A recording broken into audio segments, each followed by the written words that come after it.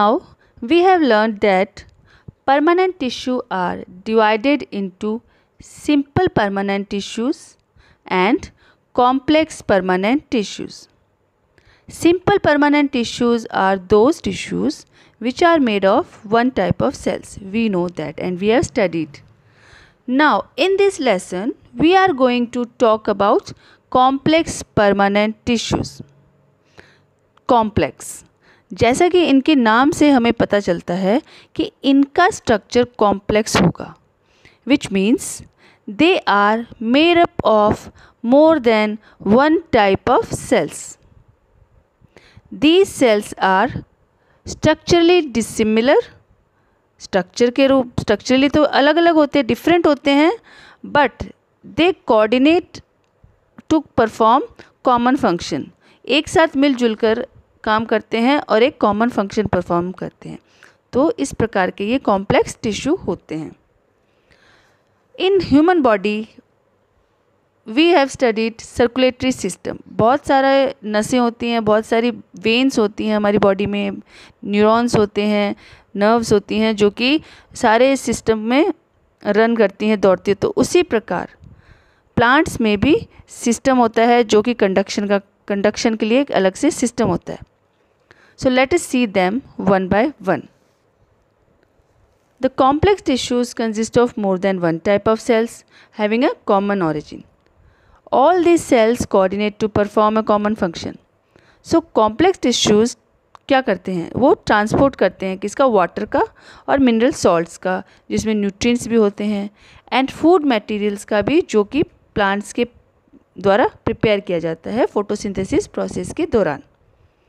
Complex tissues are of following two types, xylem and phloem. Let us see them one by one. First is the xylem. Xylem is a vascular and mechanical tissue. It came from word xylose, that means wood. Greek word है और जो xylose से आया है. इसका काम क्या है, कंडक्शन और मैकेनिकल सपोर्ट प्रोवाइड करना. In other word we can call it conducting tissue also. Conduction चलता है वाटर का, मिनरल्स का. ये जो जाइलम है वो वाटर का कंडक्शन करता है. Xylem is very hard because of deposition of various substances on dead cells. Yes, xylem is compose of dead cell also. इसमें 4 सेल होते हैं, 4 प्रकार के सेल से बना होता है, जिसमें से एक सेल ही लिविंग होता है, बाकी सारे डेड होते हैं, जो भी हम पढ़ेंगे थोड़ी देर में. एक बात और, जाइलम के अंदर जो मूवमेंट होता है वाटर का वो यूनी डायरेक्शनल होता है.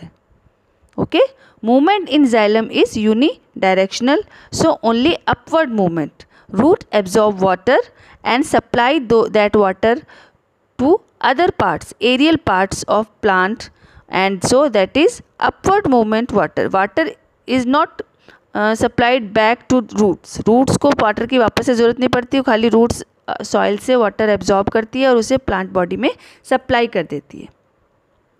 Xylem is composed of cells of 4 different types.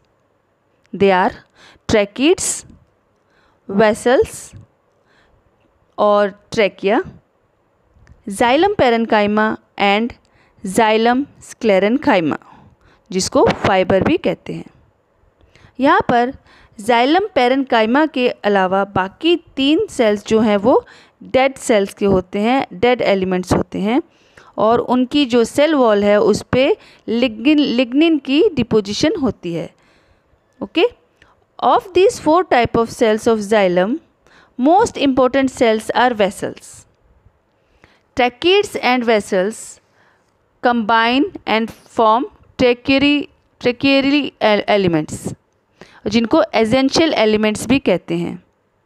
So these are composed of dead cells which are elongated with tapering ends. इनका काम क्या है, कंडक्शन करना, हेल्प इन कंडक्शन. वहीं जाइलम पैरेन्काइमा का काम है storage and support. So vessels are shorter and wider then tracheids. Vessels are very long tube-like structures formed by a row of cells placed end to end. एक के ऊपर एक sales रखे होते हैं और एक रॉ बनाते हैं. The transverse wall between the vessel elements are partially or completely dissolved. वो partially या फिर completely dissolved होती है. किस लिए dissolved होती है? जैसे वाटर पाइपलाइन सिस्टम होता है ना बिल्डिंग्स में, पानी ऊपर तक पहुंचाने के लिए नीचे की बिल्डिंग से पानी सप्लाई कराना ऊपर बिल्डिंग तक पहुंचाया जाता है, तो वैसे पाइपलाइन सिस्टम ही है ये कंडक्शन सिस्टम जाइलम के द्वारा वाटर सप्लाई का. So tracheids are elongated cells with tapering ends. Okay, these are tracheids. This is the diagram of trachid. Here you can see the ends are tapering, बंद हैं. They also conduct water. Tracheids do not have open ends like vessels. Vessels में यहाँ पे open ends होते हैं pipe के जैसे. So that water has to pass from cell to cell via pits. So tracheids में पानी जो है वो pits के द्वारा ट्रांसफ़र होता है. This is pits. This is pit. Xylem parenchyma stores food and help in lateral conduction of water also. Now function of xylem. The main function of xylem is to carry water and mineral salts upward from the roots to different parts of shoots. Another function is to provide mechanical strength. कैसे? क्योंकि xylem के 4 sales में से, जो ये 4 cell से मिलकर बना होता है, उसमें से 3 जो होते हैं डेड सेल के बने होते हैं और उनमें लिग्निन की डिपोजिशन होती है, तो लिग्निन उनको स्ट्रॉन्ग सेल बना देता है और ये हार्ड होता है और ये इसका काम है मैकेनिकल स्ट्रेंथ प्रोवाइड कराना प्लांट बॉडी में. Now next is phloem. Next complex tissue is phloem. So we know that food is prepared in leaves only. Okay, plant में लीव्स में फूड प्रिपेयर होता है, और जब फूड सिर्फ लीव्स में ही प्रिपेयर होता है तो वो प्लांट्स के अदर पार्ट्स में कैसे पहुंचता है? Yes, this is done with the help of phloem.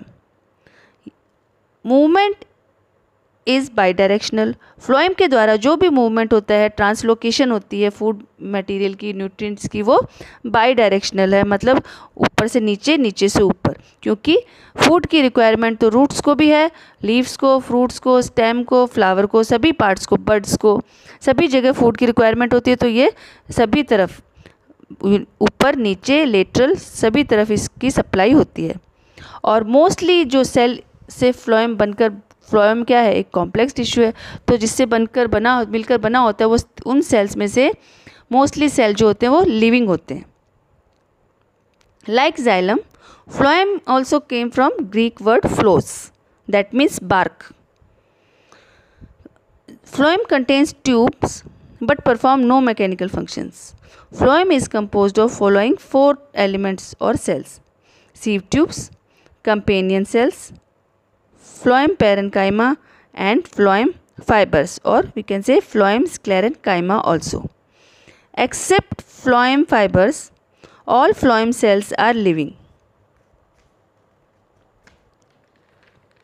Sieve tubes and companion cells are attached with each other and help in translocation of food. Sieve tubes में न्यूक्लियस नहीं होता है, तो उसकी सभी जो मेटाबॉलिक एक्टिविटीज़ है वो कंपेनियन सेल्स परफॉर्म करते हैं और उनके द्वारा ही कंट्रोल की जाती है, इसलिए वो कंपेनियन सेल, साथी सेल हैं किसके? सीव ट्यूब्स के. और फ्लोएम पेरेन्काइमा जो है वो क्या है?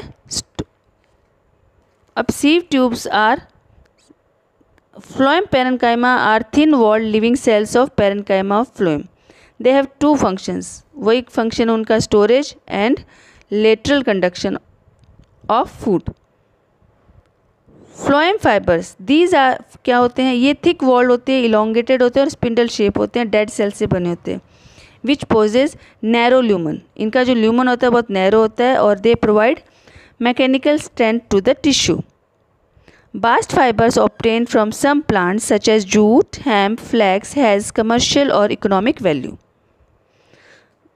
पौधों के पेड़ों पे कुछ वैक्स निकलता है, उनकी जो ऊपरी परत पे जो भी बास्ट फाइबर्स होती हैं, उनकी जो छाल होती है पेड़ की, जिसे हम बार्क भी कहते हैं, वो भी कई तरीके से इकोनॉमिकली ह्यूमन बींग्स के द्वारा इस्तेमाल की जाती है। Function of phloem is to transport photosynthetically prepared food material from the leaves to the storage organs. Photosynthesis के द्वारा बनाए गए फूड को प्लांट्स के डिफरेंट पार्ट्स में पहुंचाना ही फ्लोएम का काम होता है, मेन फंक्शन है, और स्टोरेज है भी है इसका फंक्शन, ग्रोइंग रीजन्स में पहुंचाने का।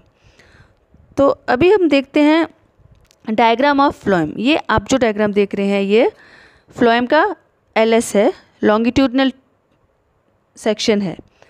सो in this we can see companion cells, companion cell है, this is companion cell, okay, इसमें न्यूक्लियस है, और सीव ट्यूब जो हैं उनमें हमने पढ़ा है कि भाई उनमें न्यूक्लियस नहीं होगा।